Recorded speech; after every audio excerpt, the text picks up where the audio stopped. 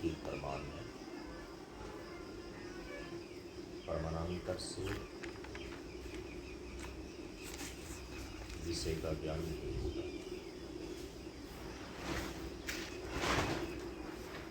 रूप का ज्ञान नेत्र के द्वारा होता है और किसी इंद्रियों के द्वारा नहीं होता। तो रूप के विषय में एकमात्र नेत्र ही प्रमाण है, ये सिद्ध हो जाता है। रस का ज्ञान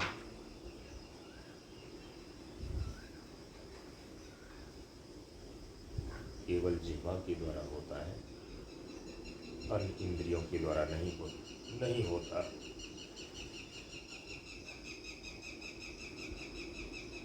इसलिए रस विषय में एकमात्र जिह्वा ही प्रमाण है।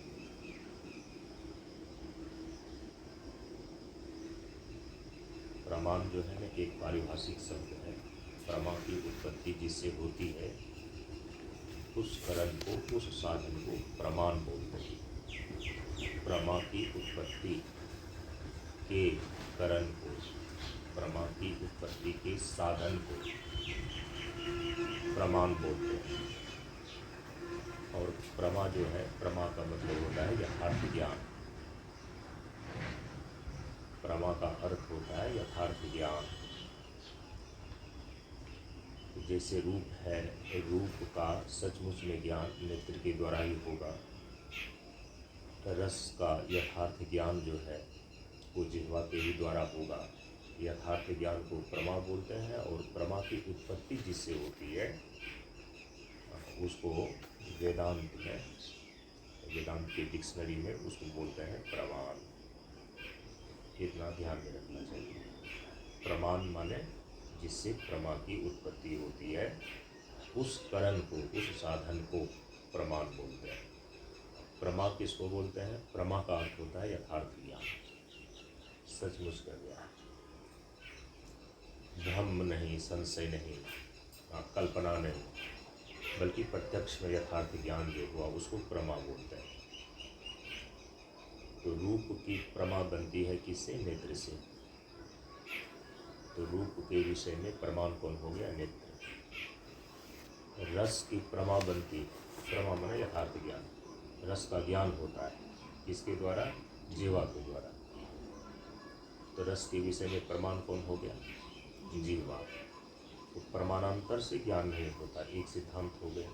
प्रमाणांतर का मतलब होता है जिस विषय का ज्ञान जिस प्रमाण के द्वारा होना निश्चित किया गया है, उस प्रमाण से अलग अन्य किसी साधन के द्वारा, अन्य किसी इंद्रियों के द्वारा, अन्य किसी और प्रमाण के द्वारा उसका ज्ञान नहीं होता। तो प्रमाणांतर से विषय का ज्ञान नहीं होता, क्योंकि जिस विषय में जो प्रमाण है उस विषय का उसी प्रमाण के द्वारा ज्ञान होगा। रूप का ज्ञान नेत्र के द्वारा, रस का ज्ञान जिह्वा के द्वारा, गंध का ज्ञान नासिका के द्वारा, स्पर्श का ज्ञान त्वचा के द्वारा होगा,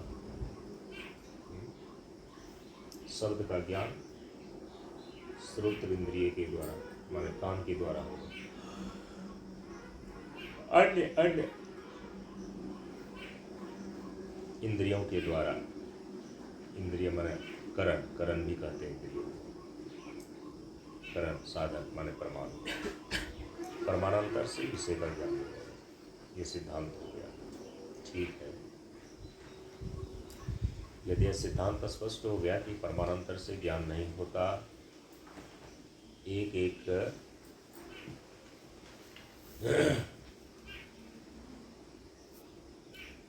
विषय का ज्ञान के लिए एक एक प्रमाण निश्चित है, और प्रमाणांतर होने पर उसका ज्ञान नहीं होगा उस विषय का। ये सिद्धांत यदि ठीक ढंग से समझ में आ गया, अब होता है कि जैसे कि पिछले दिन बतलाया गया कि जितनी भी चीज़ें हैं, जितने भी पदार्थ हैं, जितनी भी वस्तुएं हैं, तो उसको दो भागों में बांटा गया कि एक वस्तु तो जो है वो कालगर्भित और कालाधीन है, और एक वस्तु है कि जो कालातीत है, नित्य। तो जो कालगर्भित और कालाधीन वस्तु है, एक तो वो है, एक जो कालातीत है, नित्य तत्व है, वो है। अब उसमें ये देखा गया कि ये वस्तु है तो उस वस्तु का ज्ञान भी होना चाहिए, उस वस्तु का तो ज्ञान होना चाहिए ना। तो कालगर्भित और कालाधीन वस्तु है, पदार्थ हैं, जितनी भी चीज़ें हैं, उसका भी ज्ञान है। और एक है जो कालातीत तत्व है, उसका भी ज्ञान है। तो जो कालगर्भित और कालाधीन वस्तुएं हैं, चीज़ें हैं, तो वो भी साधन साध्य है। साधन साध्य का मतलब है उन सारी चीज़ों की उपलब्धि किसी न किसी साधन के द्वारा होगी। लेकिन जो कालातीत वस्तु है वो तो सिद्ध वस्तु है, नित्य होने के कारण से वो तो सिद्ध वस्तु है, नित्य है।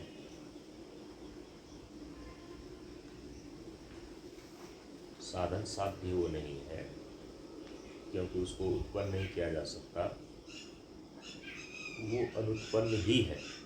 जो अनुत्पन्न है, जो उत्पन्न नहीं हुआ है, काल के अधीन में नहीं है, कालातीत है, वो तो अनंत है। अनुत्पन्न होने के कारण से अनादि हो गया।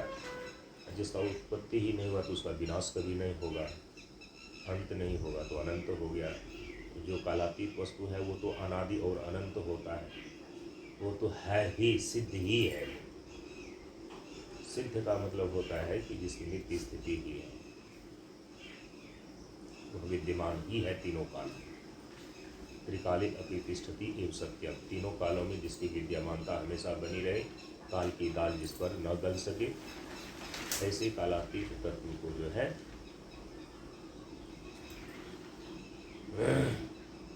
सिद्ध वस्तु बोलते हैं, नित्य बोलते हैं। एक तो कालगर्भित और कालाधीन जितनी भी वस्तुएं हैं, साधन साध्य है। वो साधन साध्य होने के कारण उसकी कैटेगरी ही अलग बनेगी।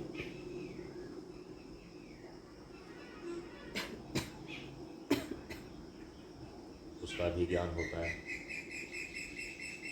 एक जो है कालातीत नित्य सिद्ध तत्व, जो अनादि अनंत है, कालातीत है, उसका भी ज्ञान होता है। जो कालगर्भित और कालाधीन जितनी भी वस्तुएं हैं, उसका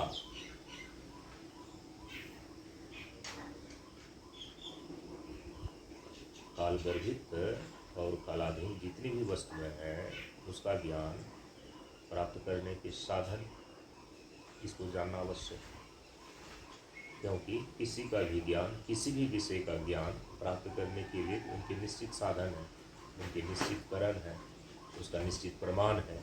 ऐसा नहीं कि रूप का ज्ञान किसी और के भी द्वारा हो जाएगा, रस का ज्ञान किसी और के भी द्वारा हो जाएगा, ऐसा नहीं। रूप का ज्ञान नेत्र के ही द्वारा होगा, रस का ज्ञान जिह्वा के ही द्वारा होगा, क्योंकि परमानांतर से अन्य साधन से तो फिर विषय का ज्ञान नहीं होगा। उस विषय में जो प्रमाण है उसी के द्वारा उस विषय का ज्ञान होगा। तो जो कालाधीन और कालगर्भित जितनी भी वस्तुएं हैं, उसका जो ज्ञान है ना, तो उसका ज्ञान किसके द्वारा हो सकता है। तो पहले तो ये स्पष्ट रूप से समझ करके रख लेनी चाहिए कि कालगर्भित और कालाधीन जो पदार्थ है, कहाँ से कहाँ तक है। कौन कौन सी पदार्थ जिसके ऊपर काल की दाल गल जाए, जो एक समय में उत्पन्न हुआ है और एक समय विनष्ट हो जाएगा, इसके अंदर जितनी भी चीज़ें आएगी ये सब के सब कालगर्भित और कालाधीन ही तत्व वस्तु चीज माना जाएगा। इसीलिए तो मेन में कही दिया भी कि कालगर्भित और काल के अधीन कितनी भी वस्तुएं। तो आपका यह शरीर जो है कि किस कोटि का पदार्थ है? कालगर्भित कालाधीन है या नहीं है? क्योंकि एक समय में जन्म लिया, एक समय नष्ट हो जाएगा। अच्छा, ये जितना भी चीज़ आपको दिखाई दे रहा है, दृष्टिगोचर हो रहा है, ये कालगर्भित कालाधीन है या नहीं है? है या नहीं है? बहुत सारी चीज़ों को हम क्या देखते हैं, एक समय नहीं था और धीरे धीरे वो उत्पन्न हुआ, उसकी स्थिति है फिर किसी दिन नष्ट हो जाएगी। और यदि थोड़ा सा भी सत्संग किया है, महापुरुषों की संगति किया है, तो उसको ये भी धीरे धीरे इतना तो जान ही रहा है कि सारी की सारी जो सृष्टियाँ हैं ये ईश्वर के द्वारा उत्पन्न है और फिर इसका प्रलय हो जाता है। तो ये भी उत्पन्न हुआ है और इसका भी एक दिन प्रलय होना निश्चित है। तो जितना भी पृथ्वी, पानी, प्रकाश, पवन और आकाश दे रहे हैं, ये कालगर्भित और कालाधीन तत्व है, कालाधीन वस्तु है कि कालातीत है? धरती, पानी, प्रकाश, पवन और आकाश, ये सब कुछ ये भी परमात्मा के द्वारा सृष्ट है, भले ही मनुष्य ने नहीं बनाया है। एक समय में इसकी सृष्टि हुई है और उसी काल के अधीन में प्रलय भी हो जाएगा। तो पूरे जगत की सृष्टि, स्थिति और प्रलय होता है, मैंने एक समय में ये बनता है, रहता है, फिर बिगड़ जाता है। तो इसका मतलब ये सारी की सारी वस्तुएं जितना भी है, ये क्या है? कालगर्भित और कालाधीन है। तो जितने भी कालगर्भित और कालाधीन वस्तुएं हैं, तो शरीर से लेकर के पूरा जगत, शरीर से लेकर के पूरा जगत। अब शरीर के अंदर कौन कौन सारी चीज़ें हैं देख लीजिए। देह है, इंद्रियां हैं, प्राण है और अंतःकरण है। ये सारे के सारे चीज़ भी बने हुए हैं। क्षितिजल पावक गगन समीरा पंच रचित सकल शरीरा। स्थूल शरीर हो ये भी रचा हुआ है, सूक्ष्म शरीर हो ये भी रचा हुआ है। अब सोचो, तो देह, इंद्रिय, प्राण, अंतःकरण, ये व्यष्टि स्तर पर ये भी सारी चीज़ें निर्मित है। ये काल के अधीन ही है, कालगर्भित ही है, ये भी नष्ट होगा। तो समष्टि धरातल पर पूरा जगत, व्यष्टि धरातल पर स्थूल और सूक्ष्म शरीर कालगर्भित है और काला काल के अधीन है। इतनी वस्तुएं सोचो, तो जितने भी कालगर्भित और कालाधीन वस्तुएं हैं, उसका ज्ञान कैसे प्राप्त होगा? उसके लिए कौन सी व्यवस्था है, किसके द्वारा ज्ञान को प्राप्त होगा? उसका ज्ञान प्राप्त होने के लिए 3 कैटेगरी की इंद्रियां दे रखे हैं। उसके लिए एक एक विषय का एक एक प्रमाण है। पूरा का पूरा जितना भी जगत है, जितना भी रूप रोगन है, तो पूरे के पूरे जगत का जो ज्ञान होगा 5 विषय रूप से ही होगा। पृथ्वी है, पानी है, प्रकाश है, पवन है, आकाश है, ये जितने भी नाना प्रकार के जगत की वस्तुएं हैं, यदि उसको समेट करके देखें तो 5 विषय के रूप में ही उसका ज्ञान होगा। या तो रूप बन करके उसका ज्ञान होगा, ये सारा चीज़ ऐसा पदार्थ है, रूप हो गया। या तो रस होकर के उसका ज्ञान होगा, ये सारी चीज़ें रस के अंदर आ जाएगा। तो सारा का सारा जगत जो है वो 5 विषय रूप ही है। और 5 विषय का ज्ञान 5 ज्ञान इंद्रियों के द्वारा होता है। तो जो कालगर्भित और कालाधीन वस्तु है, तो उसका, उस विषय का, इस विषय का जो कालगर्भित और कालाधीन है, इसके अंदर जितनी भी चीज़ें आती हैं, इसका ज्ञान, इस विषय का ज्ञान, उसके लिए 3 प्रकार की इंद्रियां है। कर्म इंद्रियां है, ज्ञान इंद्रियां है और सूक्ष्म इंद्रियां मन बुद्धि चित्त अहंकार है। तो इसीलिए मैंने कहा ना, सब एक दिन ये भी आपको बता करके पिछले दिन आए हैं कि साधनों में साधन, सर्वश्रेष्ठ साधन शरीर के अंदर कौन सा है? शरीर माध्यम खलु धर्म साधनम। सभी प्रकार के साधनों में यह जो शरीर है सारे साधनों का मूल है, लेकिन इस शरीर में तो स्थूल शरीर है, सूक्ष्म शरीर है। अब स्थूल और सूक्ष्म शरीर है तो शरीर के अंदर जो है कि सर्वश्रेष्ठ साधन कौन सा है? बुद्धि। उससे श्रेष्ठ और कोई साधन नहीं शरीर के भीतर। साधन माने करण।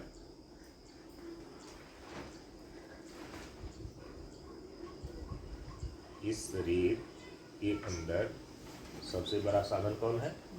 बुद्धि।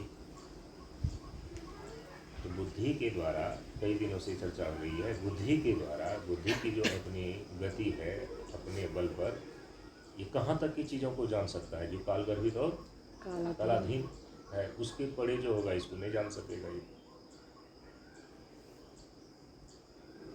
बुद्धि अपने बलबूते पर कहाँ तक गति कर सकता है, किन चीज़ों को जान सकता है, कहाँ तक का विचार कर सकता है, इसका विश्लेषण कर सकता है, जो काल गर्भित और कालाधीन तक है, उससे परे ये जा ही नहीं सकता अपने बलबूते पर। तो शरीर में दिए गए सर्वश्रेष्ठ साधन, जो सबसे बड़ा साधन बुद्धि है, और उस बुद्धि की गति भी काल गर्भित और कालाधीन तत्वों तक ही है।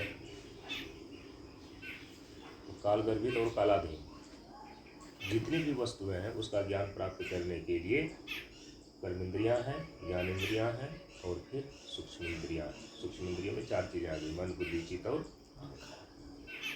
ये चीज़ें आ गई। इसके द्वारा इसीलिए गोस्वामी तुलसीदास जी महाराज ने सीधे कहा कि वो गोचर जहाँ लग मन जाई सो सब माया जाने हो। ये माया का क्षेत्र जहाँ तक है, माया का क्षेत्र जहाँ तक है, माया का क्षेत्र का मतलब कि कारण रूपा माया, और इसी कारण रूपा माया से बनी हुई कार्य कोटि के जितने भी पदार्थ हैं, सूक्ष्म कार्य कोटि के पदार्थ महतत्व से, महतत्व से लेकर के महतत्व इत्यादि सूक्ष्म कोटि की, महतत्व से लेकर के कितनी होगी? महतत्व हो गया, अहंकार हो गया, एकादश इंद्रियां हो गई, और सूक्ष्म पंच तन्मात्राएं हो गई। ये सूक्ष्म कोटि के कार्य हो गए। तो जो कारण रूपा माया है, इससे जो उत्पन्न हुआ है, महतत्व 1, अहंकार तत्व 2, एकादश इंद्रियां 11, तो 11 2 कितना हो गया? 13। 11 2 13, और 5 जो है कि तन्मात्राएं, 5 रूप रस गंध स्पर्श, ये सब जो सूक्ष्म विषय पंच तन्मात्राएं, तो 13 और 5 कितना हो गया? 18 हो गया ना। तो महतत्व 1, अहंकार 2, एकादश इंद्रियां कितनी हो गई? एकादश इंद्रियां में 11, तो 11 2 13, अब 5 तन्मात्राएं रूप रस गंध स्पर्श और शब्द, तो 13 5 कितना हो गया? 18। ये 18 चीजें हैं कि सूक्ष्म कार्य कोटि के अंदर आएगा। सूक्ष्म कार्य कोटि माने टाइप, सूक्ष्म कार्य कोटि के अंदर सूक्ष्म कार्य इसको कहा जाता है। जो कारण से उत्पन्न हो उसको कार्य बोलते हैं दर्शन शास्त्र की भाषा में। तो सूक्ष्म कोटि, सूक्ष्म कार्य कोटि के अंदर ये 18 चीजें आ गई, और स्थूल कार्य कोटि के अंदर स्थूल पंच महाभूत आ गया, पृथ्वी पानी प्रकाश पवन और आकाश। इसको क्या बोलेंगे? स्थूल कार्य कोटि के, स्थूल कार्य कोटि के पदार्थ है। तो स्थूल कार्य कोटि के पदार्थ और सूक्ष्म कोटि के कार्य, सूक्ष्म कार्य कोटि के पदार्थ, स्थूल कार्य कोटि के पदार्थ और सूक्ष्म कार्य कोटि के पदार्थ, यहाँ तक। और इसका जो कारण है, तो ये जो स्थूल कार्य कोटि का पदार्थ और सूक्ष्म कार्य कोटि का पदार्थ हुआ, ये विस्तार किसका है? ये कार्य किसका है? त्रिगुणात्मक प्रकृति का, मैंने माया का। तो सो सब माया जाने हो भाई। गोचर जहाँ लग मना जाई, गो माने इंद्रियां, गोचर ये इंद्रियां जहाँ जहाँ जिस को विषय करती है, जिस को जानती है। इसके बाद जहाँ मन लग जाई, मन बुद्धि चित्त अहंकार का भी गति स्वतंत्र ढंग से जहाँ तक है, सो सब माया जाने हो भाई। तो इसका मतलब है कि कारण और कार्य कोटि के जितने पदार्थ होंगे वहीं तक ही केवल कर्मेंद्रियों का, ज्ञानेंद्रियों का और सूक्ष्म इंद्रियों की गति होगी, उसके परे ये नहीं जा सकता। और जो कार्य कारण से अतीत तत्व होगा, कालातीत तत्व होगा, वहाँ तक तो इसकी गति ही नहीं है। इसलिए कहा कि न वाक गच्छति, वाक माने उससे उपलक्षित है कर्मेंद्रियाँ, न वहाँ कर्मेंद्रियों की गति है। न चक्षुर गच्छति, चक्षु मतलब ज्ञानेंद्रियाँ है, चक्षु तो ज्ञानेंद्रियों के अंदर आता है, तो चक्षु से उपलक्षित है पूरा ज्ञानेंद्रिय, वहाँ तक पूरा ज्ञानेंद्रियाँ भी नहीं जा सकती है। और अंत में कहा कि न मनो गच्छति, और न तो मन ही वहाँ पर जा सकता है। मन से उपलक्षित क्या है? मन बुद्धि चित्त अहंकार पूरा अंतर कहाँ नहीं जा सकता है? जो कालातीत तत्व है, जो कार्य कोटि, जो कार्य कारण से अतीत तत्व है, कालातीत तत्व है, वहाँ तक। अब ये देखना पड़ता है कि यदि कालगर्भित और कालाधीन जो वस्तुएं हैं वो कहाँ से कहाँ तक आ गई? कारण से लेकर के कार्य तक। कारण के रूप में कौन है? माया रूप से बैठी हुई त्रिगुणात्मिका मूला प्रकृति, और उससे उत्पन्न कार्य दो प्रकार के हो गए, सूक्ष्म कार्य और स्थूल कार्य। सूक्ष्म कार्य में कौन कौन चीजें आ गई? 18 चीजें। सबसे पहले महतत्व, महतत्व को ही बुद्धि बोलते हैं। इसके बाद अहंकार, इसके बाद एकादश इंद्रियों में 5 कर्मेंद्रियां, 5 ज्ञानेंद्रियां, 10, एक मन हो गया। तो यदि दो को ही हम गिनते हैं, तीन महतत्व के रूप में बुद्धि हो गया, अहंकार तत्व के रूप में अहंकार हो गया, एकादश इंद्रियों के अंदर से एक मन आ ही गया, तो वहाँ पर चित्त का नाम नहीं लिया गया है। महतत्व के रूप में तो बुद्धि आ ही गया, अहंकार तत्व के रूप में अहंकार आ ही गया। बोलते हैं मन बुद्धि चित्त अहंकार, तो छूटा कौन? चित्त न छूट गया। तो यदि कि चित्त का नाम नहीं लिया जाता है तो वह अंतर्भूत मान लिया जाता है, इंक्लूड मान लिया जाता है। किसमें? चित्त का अंतर्भाव किसमें होता है? मन बुद्धि, मनो में, बुद्धियों में। चित्त नामक जो चीज है, अंतःकरण के जो 4 हिस्से हैं, यदि उसमें कभी किसी का एक का ही नाम ले लिया, चारों का नाम नहीं लिया, एक का नाम ले लिया, तो समझ जाना चाहिए कि वह एक पूरे एक जो है कि पूरे अंतःकरण का प्रतिनिधित्व कर रहा है। केवल यदि मन बोल दिया तो इसका मतलब वहाँ मन का मतलब पूरा अंतःकरण है, बुद्धि चित्त अहंकार को भी ग्रहण कर लिया गया उसमें। और केवल बुद्धि बोल दिया गया तो इसका मतलब कि मन बुद्धि, मन चित्त और अहंकार भी उसमें इंक्लूड है। और केवल वहाँ चित्त का नाम, जैसे कि योग में केवल चित्त शब्द बोलते हैं, चित्त वृत्ति निरोधस्य होगा, तो वहाँ जो चित्त शब्द है तो उसमें चित्त खाली लेकर के वो पूरे अंतःकरण, चित्त की वृत्ति का मतलब है पूरे अंतःकरण की वृत्ति। और कहीं कहीं पर केवल अहंकार का नाम ले लिया। यदि चारों में से किसी एक का ही नाम लिया है तो वहाँ समझ जाना चाहिए कि तीनों का अंतर्भाव है उसमें। दर्शन शास्त्र की शैली ऐसे चलती है, आया समझ में? और यदि दुए का नाम लिया, कभी कभी कहता है कि मन बुद्धि, तो चित्त अहंकार का नाम ही नहीं लिया। यदि केवल मन बुद्धि 2 का ही नाम लिया हुआ है तो शेष जो 2 रह गया, यदि मन और बुद्धि का नाम लिया तो चित्त और अहंकार रह गया उसमें, तो चित्त और अहंकार का अंतर्भाव होगा। लेकिन ये देखना पड़ेगा कि चित्त और अहंकार का अंतर्भाव मन और बुद्धि में किसका किस में होगा। चित्त का अंतर्भाव हो जाता है मन में, अहंकार का अंतर्भाव हो जाता है बुद्धि में। यदि मन बुद्धि कह रहे हैं और चित्त अहंकार का नाम ही नहीं लिया जा रहा है तो इसका मतलब चित्त और अहंकार तो अंतर्भावित है उसमें। ये भीतर में वो पहले ही बता दिया गया है प्रक्रिया में, और उसको जान करके अपेक्षा रखता है कि आगे की ये बातें आपको पहले बता दी गई है, यही चीज़ें बार बार नहीं बतानी पड़े। शास्त्र जो अधिकारी है उसको न बड़ी बड़ी बातों के लिए जो है कि आगे जो है कि बड़ी बड़ी चीज़ों का वो चर्चा कर रहा है, तो शास्त्र वो समझ रहा है कि आप अधिकारी हो तो ये सारी चीज़ें पीछे ही कक्षा में आपको ये सारी चीज़ें जो है कि बता दी गई है। और 10वां क्लास में हमेशा जाके कहरा थोड़ी पढ़ाएगा कि कैसे कोमल और कमल होता है। इसका मतलब वो तुमको पहले ही जो है कि प्राथमिक जो है कि नर्सरी में इस चीज़ को सिखा दिया गया कि कमल में 3 वर्ण है। वहाँ तो सीधे से कहेंगे कि कमलगत शब्द में जो 3 वर्ण है, इतना ही बोलेगा वो केवल। और कौन वर्ण है? क है, म है, ल है, इसका ज्ञान तो पहले ही दे दिया गया है नर्सरी में ही। देखो बच्चा कमल कैसे बनता है, क से, म से, ल से, तो ऐसे ऐसे करके अब थोड़े जो है कि 10वां में पढ़ाएगा उसको।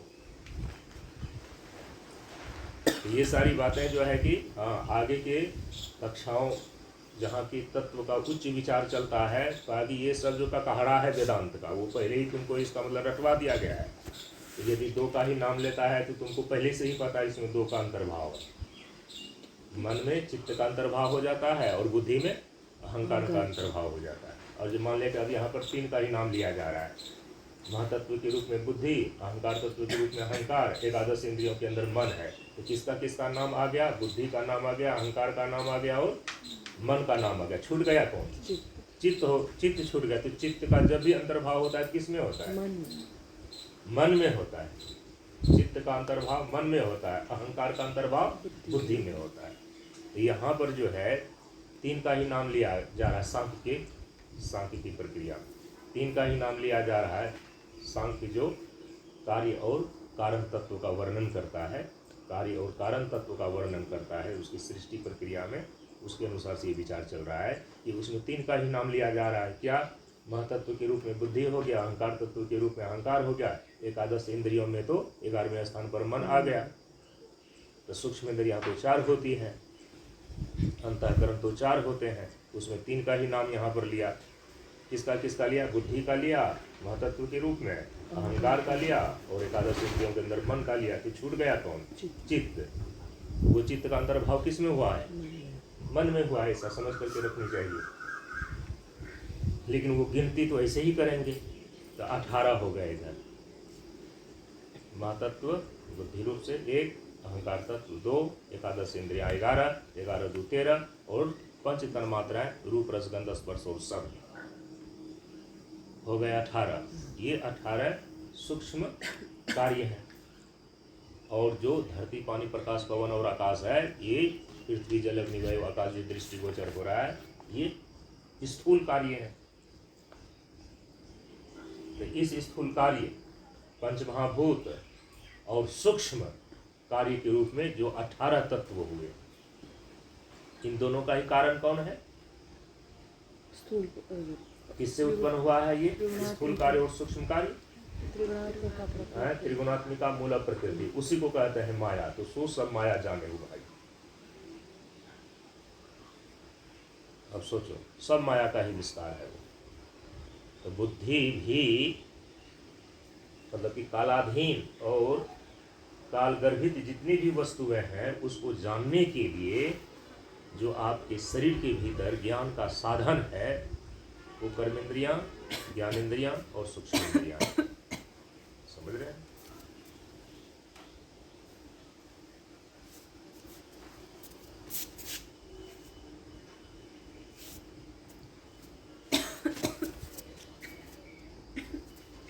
कर्मेंद्रियां, ज्ञानेंद्रियां और सूक्ष्म इंद्रियां, ये तीनों हो गया।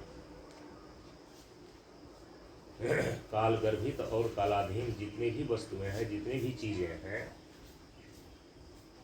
अब काल गर्भित और कालाधीन कितनी भी वस्तुएं हैं, उसकी सीमा कहाँ से कहाँ तक है, ये भी समझ में आ गया। कारण से लेकर के कार्य तक। कारण के रूप में त्रिगुणात्मिका मूल प्रकृति या माया, उससे सूक्ष्म कार्य हो गए 18 तत्व, और स्थूल कार्य कोटि के अंदर कितना आ गया? पंचमहाभूत। तो काल गर्भित और कालाधीन के अंदर इतनी ही वस्तुएं आ गई। कारण रूप से त्रिगुणात्मिका मूल प्रकृति या माया, और कार्य रूप से सूक्ष्म कार्य के अंदर 18 चीजें और स्थूल कार्य के अंदर पंचमहाभूत। ये काल गर्भित और कालाधीन इतनी वस्तुएं हैं। इसका ज्ञान किसके द्वारा हो सकता है? इसका ज्ञान किसके द्वारा होगा? कर्मेंद्रियों के द्वारा, ज्ञानेंद्रियों के द्वारा और सूक्ष्म इंद्रियों के द्वारा।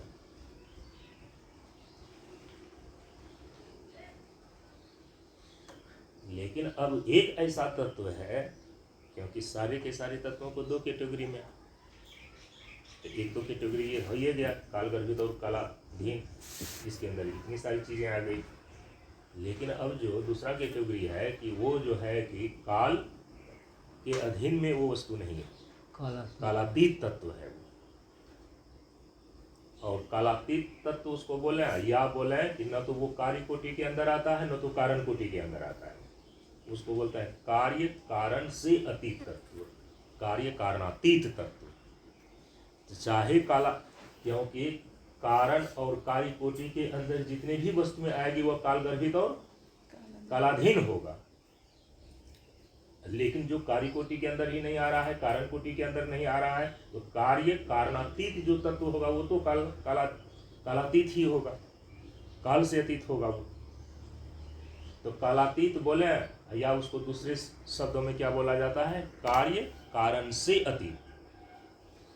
क्योंकि कार्य और कारण ये काल के अधीन होता है। एक काल में प्रकृति की साम्य अवस्था बनी हुई है, और वही काल के प्रभाव से फिर उसकी साम्य अवस्था क्या होती है, भंग होकर के इतने सारे तत्वों का सृष्टि हो जाता है, और फिर प्रलय में इन सारी चीज़ों का लय होकर के कारण में चला जाता है। तो ये कारण और कार्य का खेल तो किसके अधीन हो रहा है, ये काल के अधीन हो रहा है। वो कालगर्भित ही सारी चीज़ें हो गई। कालातीत जो तत्व होगा वो तो कार्य और कारण से अतीत हो जाएगा। तो कभी कभी बोलता है कार्य कारणातीत तत्व, कभी बोलता है कालातीत तत्व।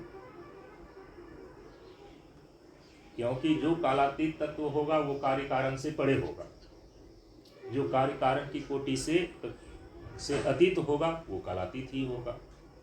अब वैसी जो वस्तुएं हैं उसका ज्ञान किस साधन के द्वारा होगा, ये समझना है। कालगर्भित और कालाधीन जितनी भी वस्तुएं हैं, कितनी वस्तुएं हैं वो गिना दिया गया। इतने सारी चीजों का ज्ञान किसके द्वारा होगा, उसके लिए कौन से साधन है, किस प्रमाण के द्वारा वो होगा। क्योंकि एक एक विषय के लिए एक एक प्रमाण चाहिए। किसके द्वारा होगा, तो कहा कि उसको कर्मेंद्रियों की भी गति उसमें है। अरे ये पृथ्वी पर हम चल रहे हैं, नहीं चल रहे हैं। तो कालगर्भित और कालाधीन के अंदर जितनी भी वस्तुएं हैं तो उसमें तो कर्मेंद्रियों की भी गति देखी जा रही है। रूप रस गंध स्पर्श और शब्द है, उसको ज्ञान इंद्रिय के द्वारा जान रहे हैं कि नहीं जान रहे हैं। जितनी भी सूक्ष्म तन मात्राएं हैं उसको तो जान रहे हैं हम 5 ज्ञान इंद्रियों के द्वारा। लेकिन कुछ ऐसे भी सूक्ष्म तत्व हैं जो कि ज्ञान इंद्रियों के द्वारा नहीं और कर्मेंद्रियों के द्वारा नहीं, लेकिन उसको हम मन के द्वारा, उसको बुद्धि के द्वारा और उसको अहंकार के द्वारा हम अनुभव करते हैं, उसको जानते हैं, उसका विचार करते हैं। तो इसका मतलब है कि कालगर्भित और कालाधीन जितनी भी वस्तुएं हैं जो गिना दिया गया है, उसको उसमें गति किसकी हो सकती है। कुछ में गति होती है कर्मेंद्रियों के द्वारा, कुछ में गति होती है ज्ञानेंद्रियों की गति है, कुछ में सूक्ष्मेंद्रियों की गति है। लेकिन जो कार्य और कारण से अतीत तत्व कालातीत तत्व है, वहां तो श्रुति ही बता रही है कि इस तीनों की गति वहां नहीं। किसकी गति नहीं है, न वाक गच्छति, न कर्मेंद्रियां जाती है, न चक्षुर गच्छति, न वहां ज्ञानेंद्रियों की गति है, न मनोर गच्छति। क्यों, इन सारी चीजों की गति कहां पर है, कहां का गो गोचर जहां लग मन जाई सो सब माया जान। माया का जितना विस्तार है वहां तक की गति तो इसी तीन की होगी, और उसके अतीत इस तीनों की गति ही नहीं अपने बलबूते पर। न वाक अर्थात कर्मेंद्रियों की, न चक्षु अर्थात ज्ञानेंद्रियों की, न मनो अर्थात न पूरे सूक्ष्म इंद्रियों की गति ही वहां नहीं है। कहाँ, जो कालातीत तत्व है, कार्य और कारण से परे तत्व है। अब ये देखना पड़ता है कि कार्य और कारण से अतीत, कार्य और कारण से परे जो कालातीत तत्व है उसके अंदर कौन कौन से तत्व आते हैं। यदि वो चीजें स्पष्ट नहीं रही तो आदमी तो जो है कि फिर समझ नहीं पाएगा कि उसके अंदर कौन कौन, अब कार्य कोटि के अंदर कौन कौन से तत्व आते हैं ये तो स्पष्ट हो गया। वो हर चीजें हर जगह लिखी हुई नहीं है, ऐसा नहीं है। हम लोगों ने 20 साल जाकर के योग और वेदांत पढ़ा है तब इन सारी चीजों को जाना। आप लोग तो 2-4 साल में जान रहे हैं। हमने 20 साल पापड़ बेला है, 20 साल। तो ठीक हो, वो तो है कि महापुरुषों के द्वारा जो है कि जितने भी तत्वदर्शी महापुरुष थे उन्होंने जो है कि अपने अनुभव में जिन जिन तत्वों का साक्षात्कार किया और उनका कैटेगरी बांट दिया, उन्होंने कृपा करके ग्रंथ का रूप दे दिया था। तो हमने प्रयास किया तो 20 साल में जान लिया। आप लोग प्रयास करें तो 2-4 साल में ही जान रहे हैं। लेकिन उस तत्व का साक्षात्कार करने में उस तत्वदर्शी महापुरुषों को 20 साल लगा होगा क्या, 20 साल लगा होगा, हजारों साल लगे हैं। फिर उसको कलेक्ट करके तब एक जगह ग्रंथ में उसको रखा गया है। ऐसे थोड़े है, हजारों साल लगे हैं उसमें। तो कार्य कारण कोटि से परे, कार्य कारण से अतीत जो कालातीत तत्व है उसके अंदर कौन कौन सा तत्व आएगा। तो दिमाग यदि अपने आप से दौड़ाइए तो कहीं कुछ जहां जहां नजर ले जा रहे हैं साला सब काल के अधीन दिखता है। अरे बोले बुद्धि भी नहीं सोच सकती है कि कालातीत कौन तत्व है, क्योंकि बुद्धि की गति तो कालगर्भित और कालाधीन तत्व है। विचार भी ये करेगा तो कहां तक करेगा? कालगर्भित और अपने बलबूते पर। इतनो ये दिमाग लगा ले, ये बुद्धि अपने आप इस चीज को जान ही नहीं सकेगा, विचार के अंदर ला ही नहीं सकेगा कि कार्य और कारण से अतीत कालातीत जो तत्व है वो कौन सा है। बुद्धि दौड़ अपने आप से लगावे उसको जानने के लिए। ये बुद्धि ज्यादा से ज्यादा दौड़ते दौड़ते दौड़ते अंतिम में कहां तक पहुंच सकती है? यदि कार्य कोटि का कोई पदार्थ है तो उसकी अंतिम गति कारण तक, क्योंकि कारण से उत्पन्न हुआ है। ये जाएगा भी पता लगाने के लिए तो जाकर के अंतिम में जाकर के दम तोड़ देगा कहाँ?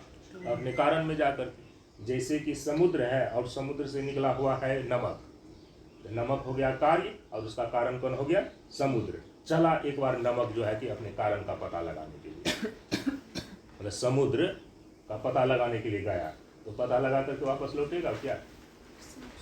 क्यों नहीं लौटेगा?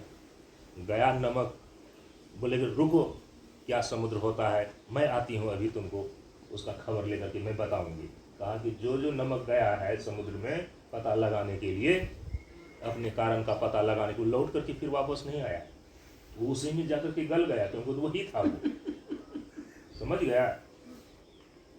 इसीलिए कार्य की अंतिम गति ज्यादा से ज्यादा कहां तक होगी? कारण तक होगी। अब ये बुद्धि भी जो है ये कार्य कोटि सूक्ष्म कार्य है ना ये, क्योंकि कारण से महातत्व की उत्पत्ति हुई तो सूक्ष्म कार्य हो गया ये बुद्धि। तो इसका कारण है कौन? त्रिगुणात्मिका मूल प्रकृति या माया। तो ये भी बुद्धि यदि जाएगा पता लगाने के लिए तो अपने ही कारण में विलीन हो जाएगा। इसकी अंतिम गति कहां तक हुई? कारण तक हुई। अरे कारण में जाकर के विलीन हो गया, कारण का पता भी लगा करके नहीं आ पाएगा ये बेचारा। वो फिर परमात्मा की जब सृष्टि होगी, वो कारण अवस्था को तोड़ करके कार्य में भी परिणत करेगा, तभी बुद्धि बन सकेगी। समझ रहे हैं नहीं समझ रहे? ये वापस ही नहीं लौट पाएगा यदि उसमें कारण भाव को प्राप्त हो गया तो। परमात्मा की जब फिर से सृष्टि होगी कि कारण से उसको कार्य में परिणत किया जाए, तब फुरफुरा करके बुद्धि निकलेगी। जब कोई वैसा प्रक्रिया वाला हो तो जब जो नमक वहां से निकालेगा समुद्र से, तब नमक निकल सकेगा। अपने आप कैसे निकलेगा वो? समझ रहे हैं नहीं समझ रहे? तो कार्य कोटि के पदार्थों की अंतिम गति कहां तक होती है? अपने कारण तक। और जो कारण के परे तत्व है उसका पता कैसे लगाएगा? इस शरीर में सबसे सूक्ष्म और सबसे श्रेष्ठ साधन बुद्धि है, और बेचारी बुद्धि की गति कारण तक ही है। त्रिगुणात्मक मूल प्रकृति माया तक है, तो माया के परे जो परम तत्व परमात्मा है, तो अपने आप ये बुद्धि कैसे जान सकता है? क्योंकि बुद्धि का अपने बलबूते पर गति कहां तक है? कारण तक है। और जो कारण से परे, माया से परे, क्योंकि प्रकृति पार बता रहा है, प्रकृति पार है प्रभु, उसके परे है परम तत्व। तो बुद्धि अपने बलबूते पर जान सकता है उसको क्या? वहां तक इसकी गति ही नहीं, जान ही नहीं पाएगा। तो यदि अपने आप में कहा कि सोचते सोचते ये बुद्धि कभी भी उस परम तत्व के अंदर कौन कौन सारा तत्व आता है जान लेगा, अपने आप नहीं जान सकेगा, कभी नहीं जान सकेगा। तीनों काल में नहीं जान सकेगा। न पहले जाना था, न आज जान सकेगा अपने बलबूते पर, न कभी भविष्य में जान सकेगा। समझ रहे हैं इसको? नहीं जान सकेगा इसको। तब आज भी यदि कहते हैं कि कार्य और कारण से अतीत तत्व जो है ना, उसके अंदर ये चीज आता है। ये कैसे जाना है आपने?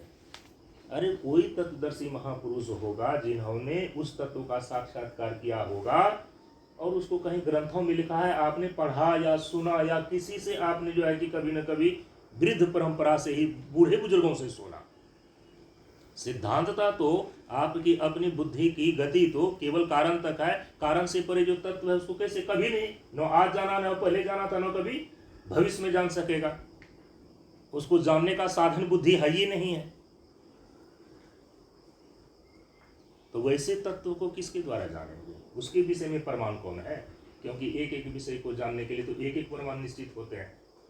तो कालगर्भित और कालाधीन जितने भी तत्व हैं उसको, उसमें तो गति कर्मेंद्रियों की भी है, ज्ञानेंद्रियों की भी है, और सूक्ष्म इंद्रियों की है। लेकिन जो कार्य और कारण से अतीत कालातीत तत्व है, वहां तो गति न मन की है 9 कर्मेंद्रियों की है, 9 ज्ञानेंद्रियों की है और 9 सूक्ष्म इंद्रियों की है। तब उसको विषय में, उसको जानने का साधन क्या है, उसके विषय में प्रमाण कौन बनेगा? ये बनेगा। अभी अकेले एकांत में जाकर के बैठ जाएंगे तो कुछ दिन के बाद बुद्धि अपने आप समझने लगेगी। अरे अपने आप कैसे बुद्धि समझेगी? नो पहले समझा था, क्योंकि बुद्धि की गति तो कारण तक ही होगी। कारण से अतीत तत्व में अपने बलबूते पर बुद्धि, इस सृष्टि में कौन पूछे जितनी बार सृष्टि हो चुकी है उसमें भी उसकी गति नहीं थी, आज भी गति नहीं है और भविष्य में भी कभी गति नहीं हो सकेगी। तो फिर उस कालातीत तत्व को कारण से अतीत जो तत्व है, कौन सा तत्व है और उसको हम कैसे जानेंगे? ये तो बड़ा रहस्य का विषय बन गए। तो इसीलिए शिष्य महाराज जो है ना, गुरु महाराज के चरण में जाकर के बैठे हैं, कहा कि अपनी बुद्धि के बल से तो हम उस तत्व को जान ही नहीं सकते हैं। चीख चीख करके, पुकार पुकार करके श्रुति माता कहती है कि जब तक उस परम तत्व को तुम नहीं जान ले तो तुम्हारे जीवन का कल्याण नहीं होगा। नहीं तो इसी कार्य कारण में क्या होते रहोगे, डोलते रहोगे, घूमते रहोगे। इसी को कहते हैं जन्म और मरण। इसी को कहते हैं क्या? जन्म और मरण। जब तक जन्मोगे और मरोगे, कैसी भी व्यवस्था प्राप्त कर लो, दुख से नहीं छूटोगे। छूट जाएगा क्या? कैसी भी व्यवस्था हम प्राप्त कर लें, अरे आज मर्त्य लोक में है, अब खूब बढ़िया से कर्म धर्म करके पुण्य कमा करके स्वर्ग चले जाएंगे। स्वर्ग चला गया, स्वर्ग की एक व्यवस्था है, मर्त्य लोक की अपनी व्यवस्था है, स्वर्ग की अपनी एक व्यवस्था है। यहाँ मुसेपुर में जो है कि ऐसे घसीट आ रहे हैं, अथवा से चलो भाई बढ़िया से पैसा वैसा लेकर के नोएडा में जाकर के मकान खरीद लिया। अरे अंतर क्या हुआ? जैसा गर्मी वर्षा यहाँ पड़ रहा है, वैसा जाड़ा गर्मी वर्षा वहाँ भी पड़ रहा है कि नहीं पड़ रहा है? वहाँ भी पड़िए रहा। यहाँ भी सब्जी हम खरीदे कर खाते हैं, वहाँ भी सब्जी खरीदे करके खाते हैं। अंतर यही है कि धरा दे करके दौड़ कर जाते हैं, खेत से ले आते हैं, वहाँ जो है थोड़ा सा बाजार से लाते हैं। अरे घुमा फिरा कर बतिया तो एक ही है जी, दो बतिया कहाँ हो गया? स्थिति कंडीशन तो सब एक ही लागू हो रहा है।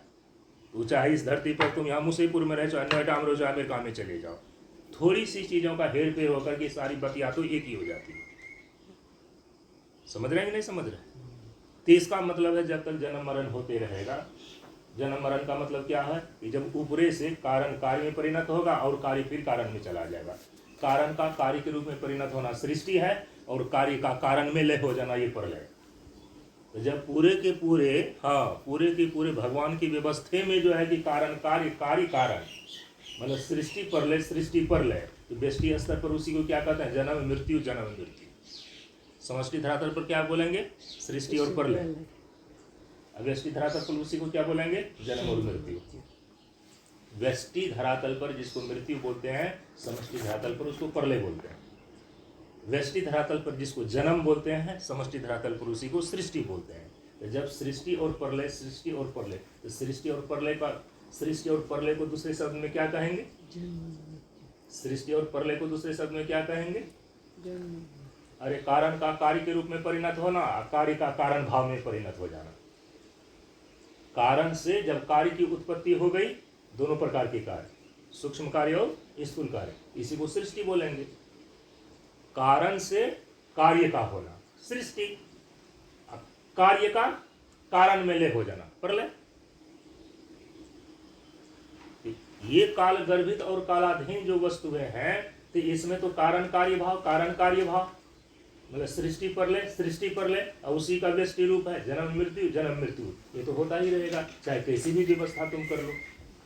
इसका मतलब है कि मर्त्य लोक में तो हमको मृत्यु ग्रसित करेगा। यदि स्वर्ग चले जाएंगे तो वहाँ नहीं मरेंगे।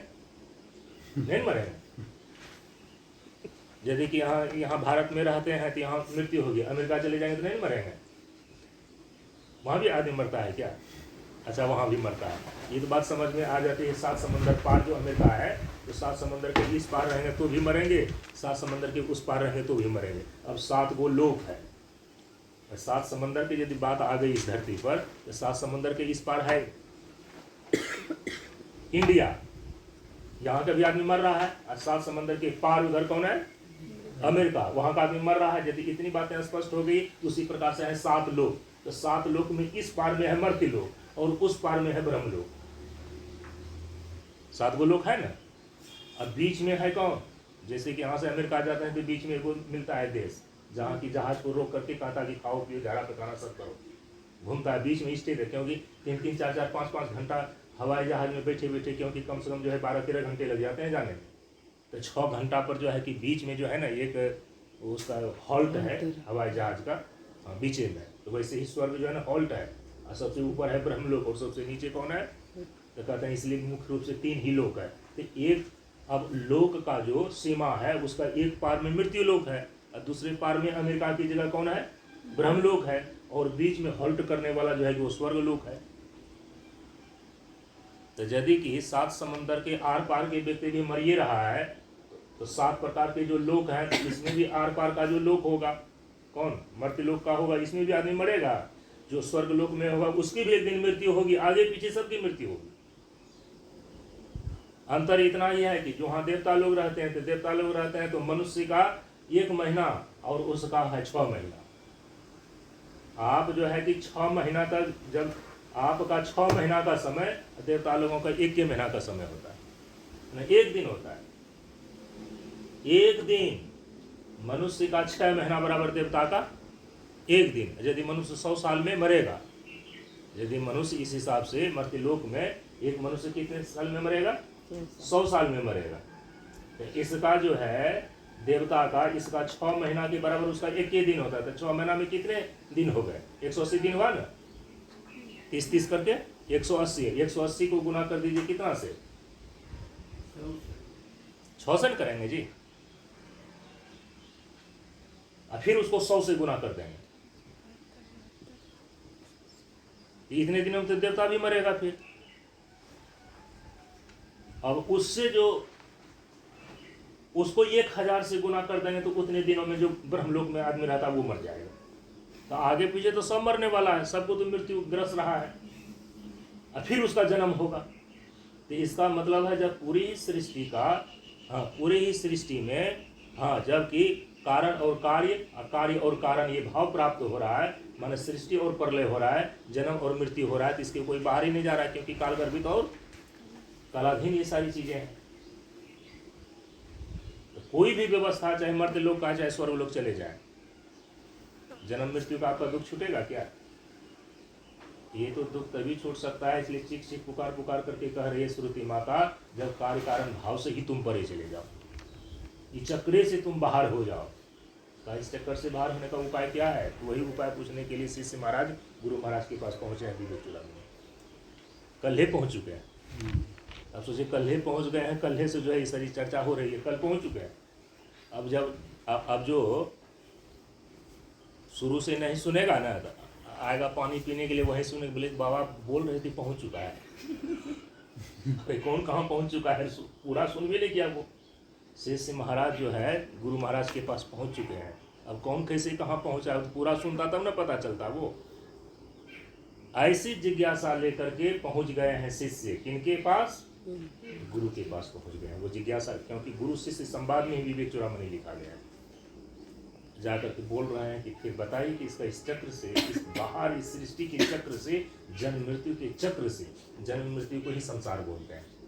कहा कि संसार में हम डूब रहे हैं, इस संसार सागर से तरने का उपाय बताते। तो संसार का मतलब क्या होता है? जन्म और मृत्यु का चक्र ही संसार कहलाता है। संसार से ही संस्कृति, और संस्कृति का मतलब होता है जन्म मरण।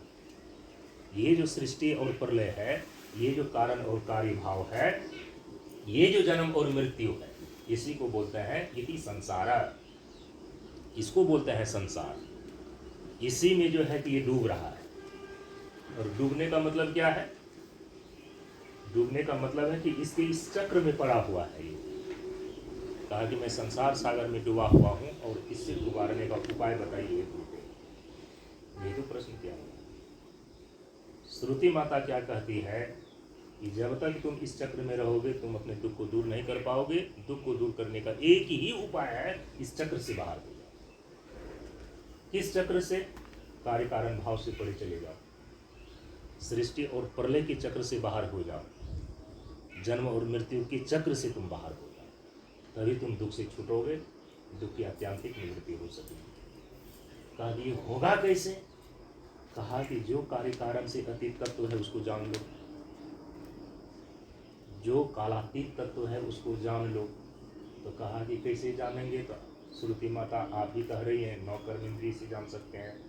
नौ ज्ञान इंद्री से जान सकते हैं और नौ सूक्ष्म इंद्री से जान सकते हैं। तो कैसे जानेंगे? श्रुति माता कब बोले कि जब इतना माथा पच्ची कर ही रहे हो, अपनी बुद्धि से तो नहीं जान सकोगे, क्योंकि बुद्धि की गति अपने आप वहाँ नहीं है। चलो दया करके हम बता दें, थोड़ा इशारा कर देते हैं तुमको। तो श्रुति माता आई, पीठ थपथपा करके कहा, बेटा तत्विज्ञानार्थम, वाह सोचिए, कहा बेटा तत्विज्ञानार्थम, जो कार्य और कारण से अतीत तत्व है, जो कालातीत तत्व है, तत्विज्ञानार्थम, उसको जानने के लिए कैसे तुम उसको जानोगे? तत्विज्ञानार्थम गुरु एव अधिगच्छेत्। तो श्रुति माता ही बता रही है। बहुत माथापच्ची कर लिया, बहुत सिर पटक लिया, नहीं समझ में आया, कहा नहीं समझ पाओ। बुद्धि अपने बलबूते से इस चीज़ को जान ही नहीं सकती है, क्योंकि उसकी गति कहाँ तक है? कालगर्भित और कालाधीन तत्व तक। स्वतंत्र विचार वहीं तक उसका जा सकता है। जब तक कोई आदमी तुमको नहीं बता दे जो कि इसको पार कर लिया है। तो श्रुति माता कहती है कि अब उस कालातीत तत्व को, उस कार्य कारण कोटि से अतीत जो तत्व है, उसको कैसे जानोगे? क्योंकि कर्मेंद्रियों के द्वारा नहीं जान सकते, ज्ञानेंद्रियों के द्वारा नहीं जान सकते, सूक्ष्म इंद्रियों के द्वारा भी नहीं जान सकते। तो हे माता बताइए कि हम जानेंगे कैसे? बोले कि बेटा उसको जानोगे कैसे? तत्व विज्ञानार्थम, उसको जानने के लिए गुरु एव अभिगच्छेत्, केवल और केवल गुरु के पास ही तुमको जाना होगा। गुरु एव का मतलब होता है ही का मतलब होगा कि सारे के सारे जितने भी उनके विकल्प थे, विकल्प क्या बोलते हैं अंग्रेजी में? ऑप्शन, वो खत्म हो गया। ऐसे भी होगा, ऐसे भी जान सकते हैं, वैसे भी जान सकते हैं, ये सब नहीं चलता। जहाँ ही शब्द लगा गया, इसका मतलब होता है कि केवल केवल ओनली वन, नान्यः पंथा अयनाय विद्यते। दूसरा कोई एक ही मार्ग है, एक ही तरीका है, only one way to find the truth. Swami Vivekananda ने कहा था, only one way find the truth. उस सत्य को प्राप्त करने का एक ही रास्ता है। और वो तो बता रही है श्रुति, गुरु एव अभिगच्छेत्, गुरु के पास ही जाओ। तो कहा कि गुरु के पास जाओ, तो हम तो गुरु करवे किए। बोले कौन सा गुरु है? बोले रोज हमको गाड़ी चलाने के लिए सिखाता है, तो वो हमारा गुरु भी है। कहा कि ठीक है, तो गाड़ी चलाने वाला गुरु से काम नहीं चलेगा, क्योंकि गाड़ी और गाड़ी चलाने वाला गुरु दोनों ही काल और कालाधीन है ना इसके अंदर। तो वो उसी का ज्ञान देगा, तो हमको उसका ज्ञान नहीं चाहिए। हमको ज्ञान किसका चाहिए? कालातीत जो तत्व है उसका ज्ञान चाहिए।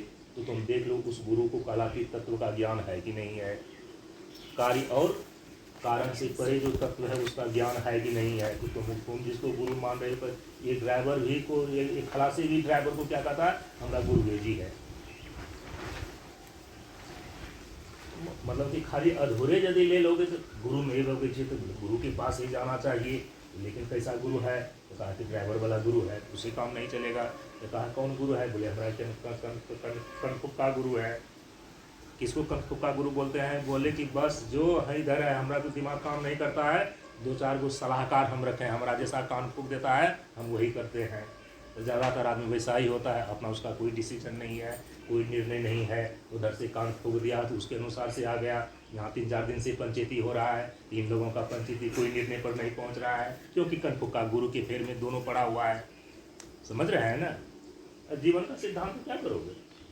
उसी पर कभी निपटारा नहीं होगा। अपने से यदि निर्णय लेकर निपटारा हो जाएगा। हम भी जहाँ पर फंसे में, उनका भी कनफुक्का गुरु कोई है, वो भी निर्णय नहीं ले पाती है, तो चला जा रहा है ये सारा चीज़। समझ रहे हैं नहीं समझ रहे? कहा कनफुक्का गुरु से काम नहीं चलेगा, तो उनको तो अपना ही स्वयं निश्चय करना पड़ेगा। मैं हूँ कौन आखिर? ये दूसरा निश्चय कर देगा क्या? ये दूसरा निश्चय नहीं कर देगा। तो कहा कनफुक्का गुरु से काम नहीं चलेगा। तो आजकल का सबसे ज़्यादा कनफुक्का गुरु उनकी पत्नी होती है। इतना दिनों से पढ़ाया लिखाया, इतना दिनों से सारा चीज़ किया हुआ आया, कान में रात भर सोती है, फूक देती है, जैसा ही दिमाग से लाचार,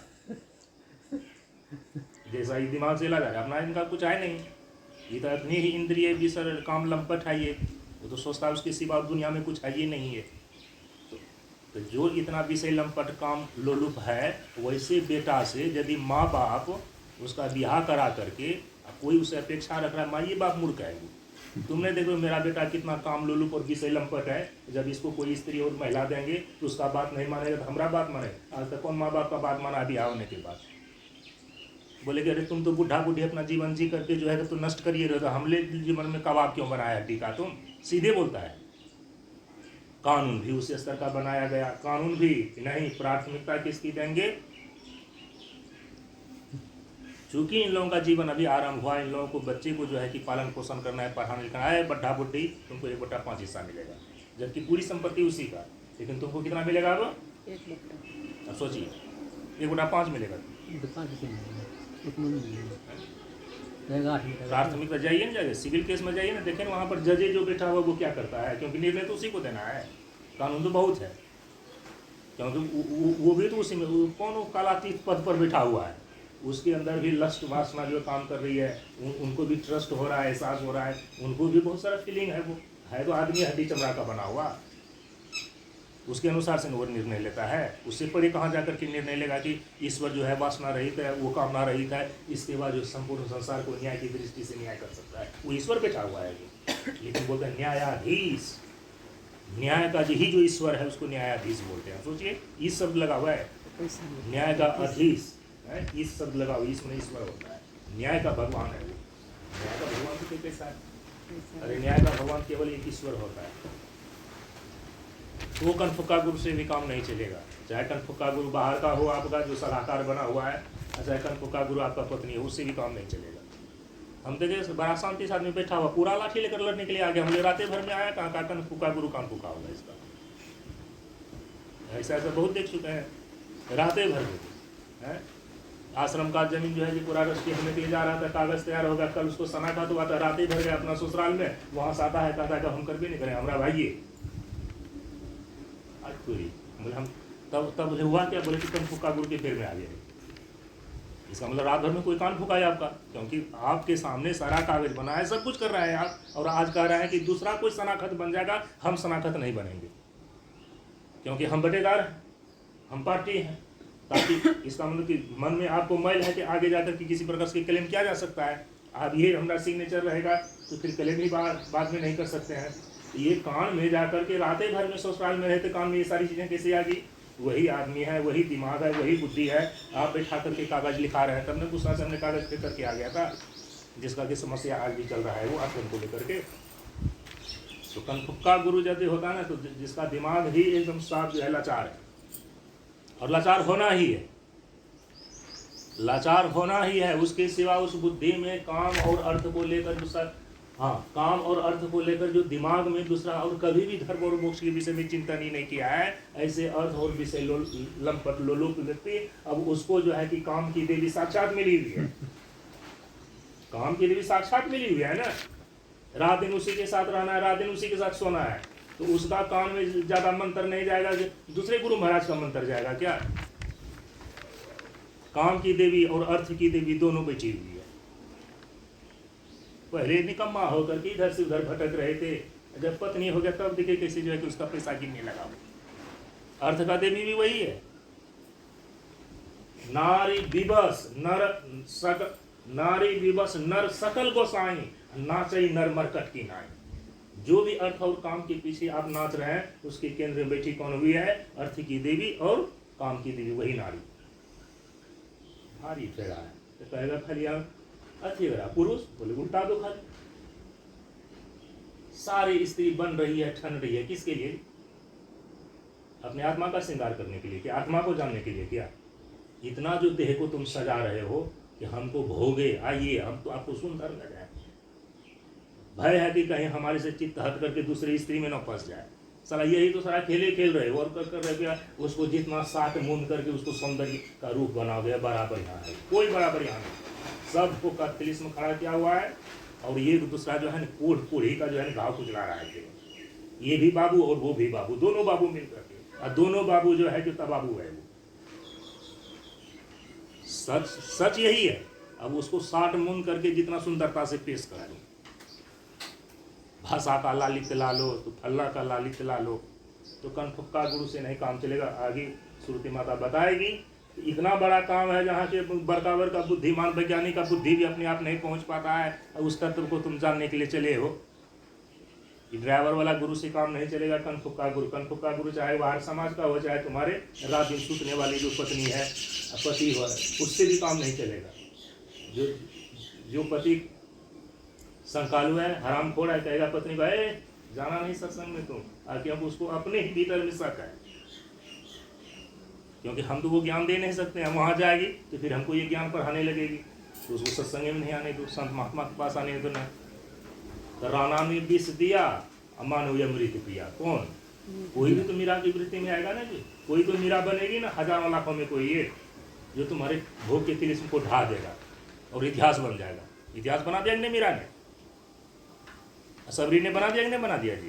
तो आज किसका नाम लिया जा रहा है? प्रियंका चोपड़ा का नाम लिया जाएगा। विश्व सुंदरी एक समय थी, ऐश्वर्या राय का लिया जाएगा, ये तो विश्व सुंदरी थी। किताब में लिखा दीजिए कहीं भी अध्यात्म ग्रंथ में नाम आ जाए। अरे अध्यात्म नाम में भी वेश्या का नाम आया तो गणिका का आया, कि जिस वेश्या ने एक बार झटका खाया तो उस काम सारे कामों को छोड़ करके परम तत्व की खोज में चल दिया। गणिका वेश्या का नाम आता है ना। जो परम तत्व की खोज के चल देता है ना, इतिहास उसको जानता है, नहीं तो कितना आया है कितना मर करके चला गया उसका था ही पता नहीं। इतिहास रच गया सबरी ने, इतिहास रच दिया मीरा ने, कोई तो इसी वृत्ति में इतिहास रच दिया रत्नाकर ने। तो वैसे गुरु से काम नहीं चलेगा। तो कहा क्या है, कहा बोले कि कौन गुरु है?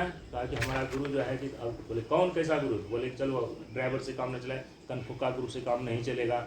तो बोलेगा अब कनफुक्का गुरु चाहे आपका बाहर का हो, कनफुक्का गुरु चाहे आपकी पत्नी या पति हो, चाहे आपका कनफुक्का गुरु जो है कि ऐसे गुरु घंटाल हो, उसको न तत्व का ज्ञान है कुछ नहीं है, लेकिन चेला बनाने की उसकी वासना है।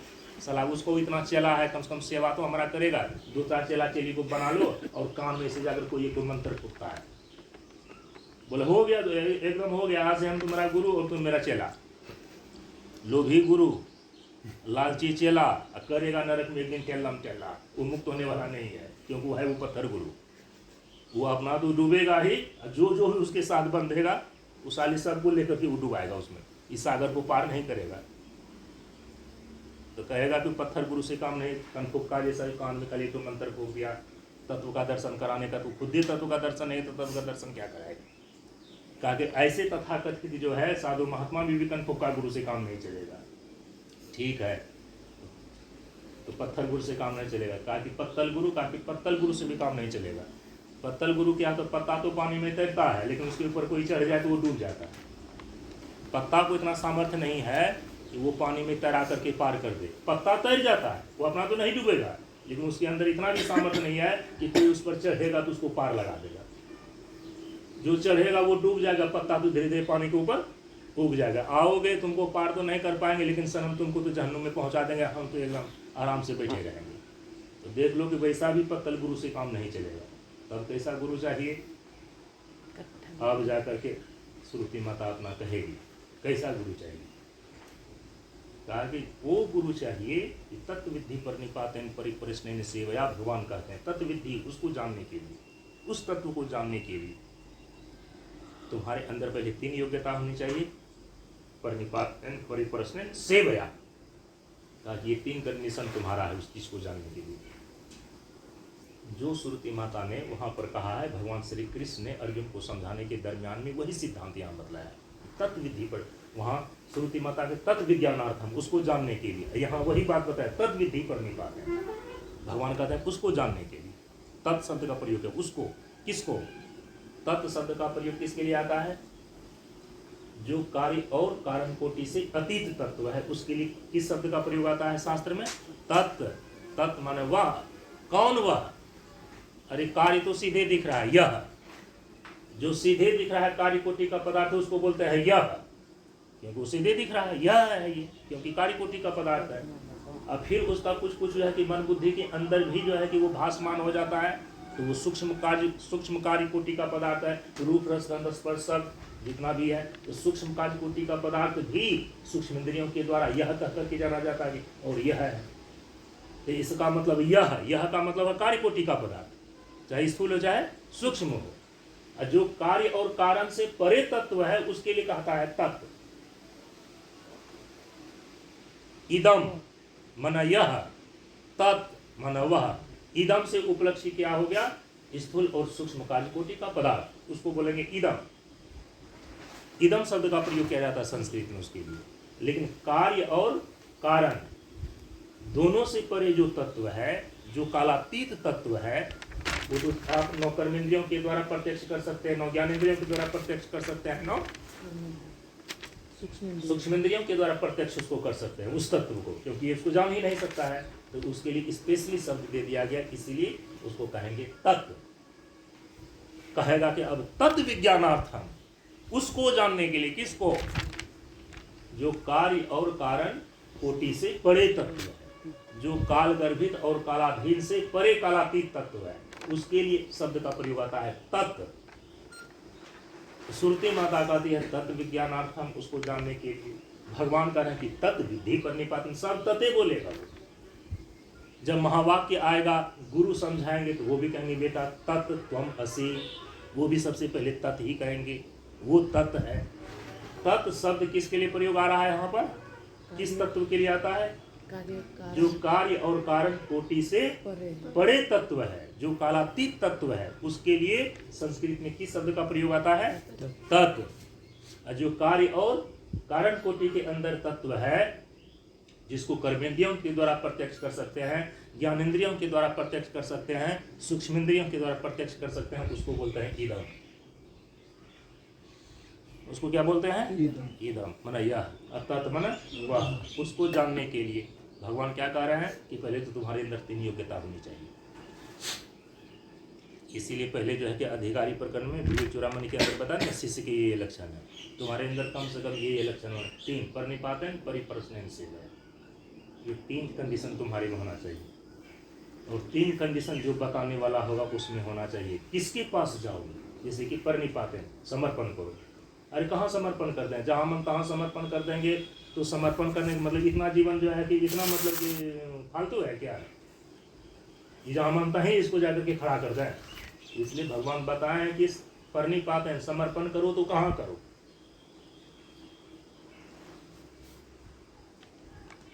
कहाँ जीवन को डाल रहे हो तुम?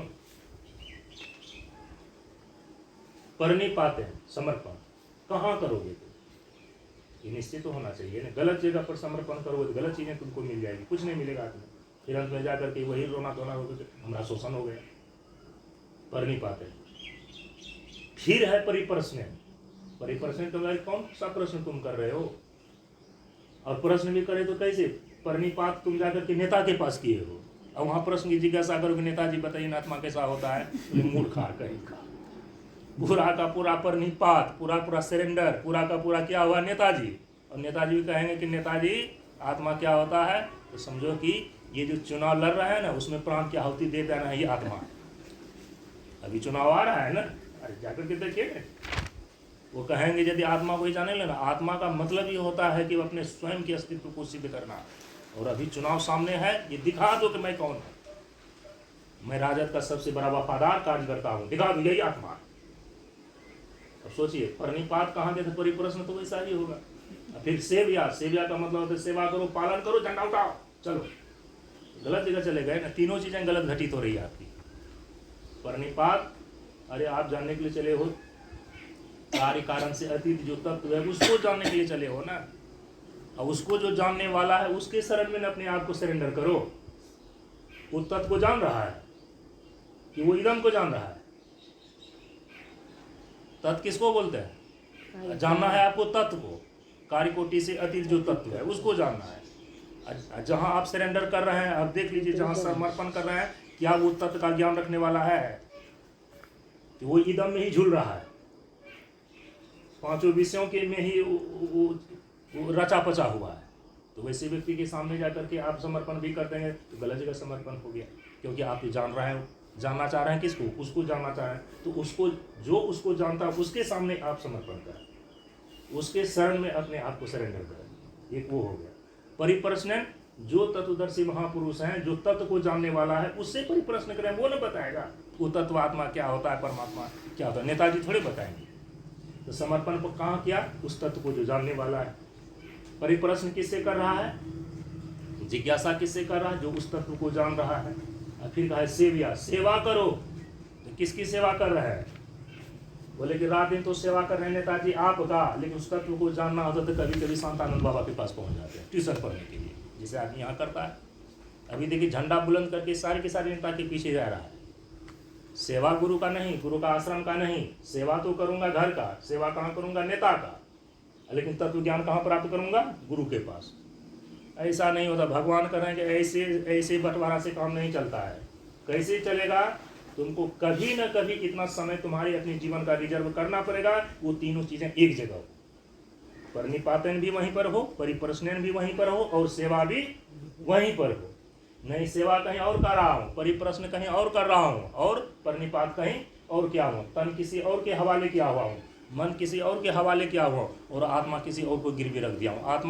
आत्मा जानने के लिए गिरवी रख दिया हूँ कहाँ पर? गुरु के पास।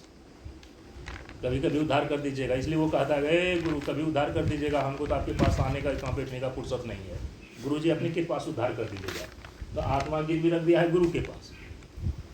अब मन जो है ना, वो गिरवी कहीं और रख दिया है। मन के द्वारा तो बैठ करके ज़्यादा योजना और चिंतन 24 घंटे का लगाता है संसार का, कैसे बिजनेस होगा, कैसे खेत खलिहान बनेगा, कैसे जो है कि लाख का 10 लाख बनेगा। मन में तो पूरा का पूरा विचार ये चल रहा है। अब गुरु खाली बना करके आत्मा को गिरवी रख दिया है गुरु के पास, कभी कृपा करके उद्धार कर देना इसका। अब मन किसी और के हवाले है। मन है कहाँ? धन के पीछे। मन कहाँ है? धन के पीछे। और ये तन देखो कहाँ पर है? तन तो कहीं जो है कि अपने सभी संबंधी परिवार नेता कहाँ जाकर उसको लगाए हुए हैं। बोले कि ऐसा नहीं होगा। एक जीवन का एक ऐसा समय तुम्हें चुनना ही पड़ेगा, रिजर्व करना पड़ेगा, कि जिस समय तुम उसका अनुसंधान करने के लिए तन मन पूरे अंतःकरण से एक जगह हो। जहाँ परिनिपात किया वहीं पर परिप्रश्न और वहीं पर सेवा। ये तीनों चीज़ें घटित होनी चाहिए। ये चीज़ें यदि घटित हो गई, कैसे? जो उस तत्व को जानता है। इसलिए कहा कि जो वो उस तत्व को जानने वाला तत्वदर्शी ज्ञानी महापुरुष है, उपदेक्षन्ति ते ज्ञानम। जब तीनों को एक जगह करोगे ना वैसे तत्वदर्शी महापुरुष के पास, तब वो उस तत्व का उपदेश करेंगे, उसका ज्ञान तुमको देंगे, उस तत्व का ज्ञान का उपदेश करेंगे। उपदेक्षन्ति ते ज्ञानम, उस तत्व का ज्ञान का उपदेश करेंगे। नहीं तो तीनों को अलग अलग हवाले किए हुए रहोगे तो फिर तुम्हारा ये बात सधेगा भी नहीं। औपचारिक रूप से कहीं चलो ना, आत्मा तो गुरु के पास जाना जाता है, लेकिन गुरु जी देखिए बस आप बोले थे 10 मिनट का समय में प्रवचन खत्म हो जाएगा, आधा घंटा हो गया, आपको समय का पाना है, देखिए आप ही लिखे समय का पावन जीवन काल है। बोले कि ऐसा जो दिमाग वाला आदमी है वो कभी नहीं प्राप्त करेगा उसको। अरे जाकर के उसमें वशिष्ठ जी का जाकर के योग वासिष्ठ जाकर के पढ़िए, और उसमें लिखा हुआ है कि एक बार जब राजा जनक जब चले गए ना सुनने के लिए, तत्व ज्ञान का श्रवण करने के लिए, और उधर पूरे के पूरे लीलावशी से ही उधर पूरे के पूरे जो है कि जनक के राजमहल में जाकर के आग लगा दी गई। आया दौड़े दौड़े आकर के कहने के लिए, अरे आप यहाँ पर बैठ करके तत्व ज्ञान का उपदेश सुन रहे हैं इससे? अरे जनकपुर में राजमहल जल रहा है। तो बोले राजा जनक जनकपुरी को बचाएगा, राजा का कर्तव्य है ना, और राजा यहाँ ये नहीं। बोले तो आप ही तो बैठे हुए हैं। बोले ना, यहाँ तो शिष्य है, यहाँ तो शिष्य जनक बैठा हुआ है। राजा जनक कब होता है? तो ठीक। अरे राजमहल को बताना राजा का कर्तव्य है, राजा जनक का कर्तव्य है कि यदि कि जनकपुरी यदि जल रही है, राजमहल जल रहा है तो उसको बचावे, राजा जनक को खोजे। बोले तो आप तो यहाँ बैठे हैं। बोले यहाँ राजा जनक नहीं बैठा है, यहाँ तो शिष्य जनक बैठा है, और शिष्य जनक के दिमाग में है ही नहीं, न राजमहल है न जनकपुरी है। इसको बोलते हैं तत्व ज्ञान का अधिकारी। और इसीलिए वहां जितना चेला चटिया था ना, जब तक राजा जनक नहीं आ जाते थे तो पढ़ाई शुरू नहीं करता था गुरु जी। कहता था हम पर का राजा जब आएगा तब पढ़ाई। हम लोग यहाँ सारा के झाड़ू पोछा सुबह से ही कर रहे हैं, रात दिन गुरु जी के पास रहते हैं, इतना झाड़ू पोछा कर रहे हैं पूरा का पूरा आश्रम का। हम लोग बैठे रहते हैं तो इंतजार करवाते हैं ये राजा जनक आवेगा तब। अरे वही एक तत्व ज्ञान का पूरा अधिकारी था। तुम लोग तो रातें दिन साथ में, लेकिन वो पूरा अधिकारी है। तो उसका भ्रम को दूर करने के लिए एक लीला रची गई। समझ रहे हैं? उसके पहले योग वासिष्ठ में लिखा हुआ, उसके पहले लीला क्या किया उस गुरु जी ने? यहाँ पर गुरु जी ऐसे ही आश्रम के एक कोने में बस बैठ करके गाछ के नीचे तत्व का उपदेश कर रहे थे, क्योंकि भ्रम हो गया था आश्रम में रहने वाले चेला को। तो राजमहल से राजा जनक आता है, कहते राजा जनक को आने दो तब कक्षा आरंभ करेंगे। तो वो लोग सोचेंगे ओह इतना बड़ा राजा है ना, तो इसीलिए उसका इंतजार करते हैं। हम लोग तो घर द्वार छोड़ कर भिखारी बने, हमारा तो कोई अहमियत ही नहीं है, रात दिन इसकी सेवा में, फिर भी उसका बाहर से जो आएगा उसका इंतजार करते हैं। बात तो वो नहीं था, राजा जनक जितना अधिकारी होकर के तत्व ज्ञान का ग्रहण कर रहे थे, उतना तो ये लोगों के अंदर योग्यता नहीं।